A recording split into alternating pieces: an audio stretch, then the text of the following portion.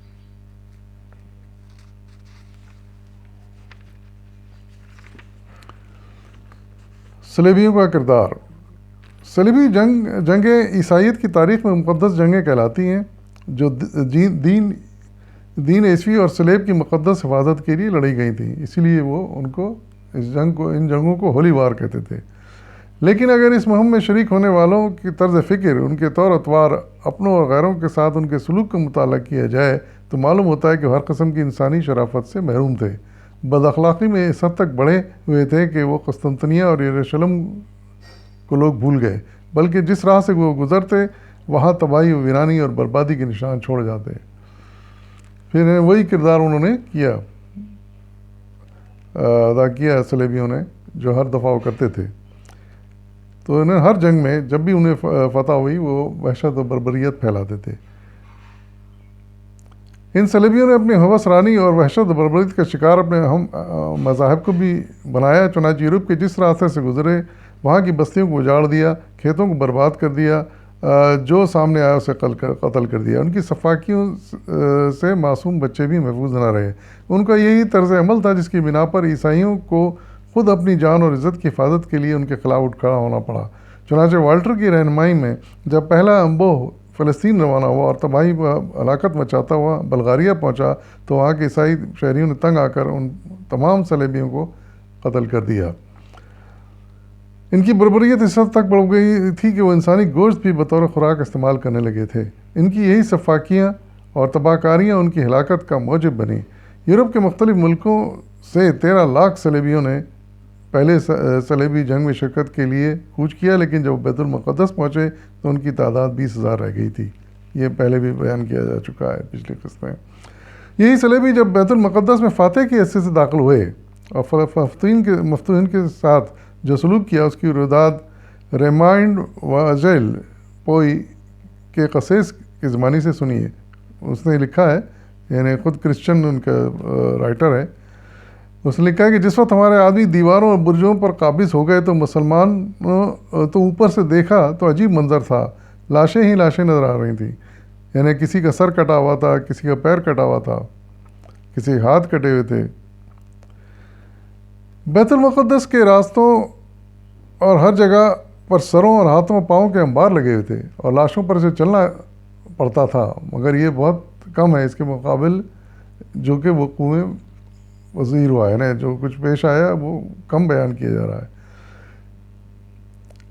یہی قصیص ان 10,000 مسلمانوں کے قتل کا حال بیان کرتا ہے جنہوں نے مسجد عمر رضی اللہ عنہ میں پناہ لی تھی. وہ لکھتا ہے، اس کے بیان ہے کہ حضرت سلیمان کے قدیم ہیکل میں اس قدر خون بہا تھا کہ اس کی لاشیں صحن میں تہتی پھر رہی تھیں مسلمانوں کی. کسی کا ہاتھ، کسی کا پیر، کسی کا دھڑ، سب بے جوڑ اس طرح سے ایک دوسرے ملے ہوئے تھے کہ کوئی انہیں پہچاننا مشکل تھا. وہ سپاہی جنہیں یہ قتل عام کیا گیا بمشکل اس بو کو برداشت کر سکتے تھے جو خون ان کی لاشوں سے اٹھ رہی تھی. اس کے برعکس مسلمان جب بیت المقدس کو دوبارہ حاصل کیا مسلمانوں نے تو صلاح الدین ایوبی نے قتل و غارت اور لوٹ مار کی سخت ممانعت کر دی اور کسی فوجی قیدی کو قتل نہیں کیا گیا بلکہ ہر ایک کو اجازت دے دی گئی کوئی 40 دن کے اندر اپنے بال بچوں اور مال اسباب سمیت معمولی سا فدیہ دے کر یروشلم چلا جائے. 10,000 قیدیوں کا فدیہ خود اپنے پاس سے ادا کر کے انہیں رہا کر دیا اور جو فدیہ ادا نہ کر سکا انہیں معاف کر دیا.